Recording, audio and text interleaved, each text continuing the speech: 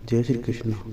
भगवान श्री कृष्ण कहते हैं मन को शांत और स्थिर करने के लिए ये काम करना चाहिए।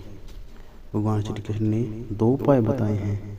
किसी भी चीज़ को समझने के लिए सबसे पहले मन को शांत रखना चाहिए और फिर काम पर ध्यान देना चाहिए, क्योंकि हम मन से ही प्रश्न खोज लेते हैं और मन में ही जवाब देकर बैठ जाते हैं। भगवान श्री कृष्ण ने मन को शांत कर रखने के लिए 2 चीज़ें बताई है।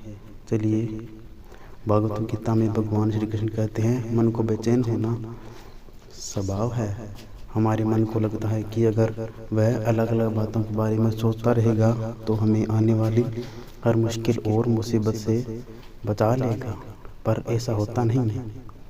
हम अपने जीवन का काफ़ी अधिक समय सोच विचार करके परेशान होने में निकाल देते हैं। भगवान श्री कृष्ण कहते हैं कि मन का यह स्वभाव बदलना मुश्किल जरूर है, लेकिन असंभव नहीं।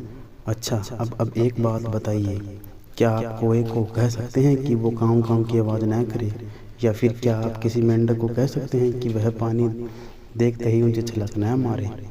हमारे मन का भी कुछ ऐसा ही जीवन में कुछ भी होता है, अच्छा या बुरा। हमारा मन उस पर काऊ काऊ करने लगता है। काऊ काऊ से मेरा मतलब है चिंता करना, व्याकुल होना। कोई बुरी बात भी होती नहीं है और मन परेशान की ऊंची ऊंची लपटें लेने लगता है। कभी कभी तो मुझे ऐसा लगता है कि हमने से कई लोग सिर्फ परेशान होने के लिए जीते हैं। सारी परेशानी, पीड़ा, दुविधा अक्सर हमारी मन की बनाई हुई कहानियाँ होती हैं। भगवान श्री कृष्ण हमें हमारे मन को शांत और स्थिर करने के लिए 2 उपाय देते हैं। पहला, ध्यान या मेडिटेट करना। दूसरा, वैराग्य भाव सीखना। अब ध्यान या मेडिटेशन शब्द सुनते ही आप में कई लोग कहेंगे कि आप आंख बंद करके सांसें अंदर बाहर नहीं ले सकते। यहाँ हम सब गलती कर बैठते हैं। मेडिटेशन या ध्यान का मतलब सिर्फ आंखें बंद करना या बैठना नहीं होता। मेडिटेशन का मतलब होता है अपना पूरा ध्यान किसी चीज़ पर लगाना और उसे हटने नहीं देना।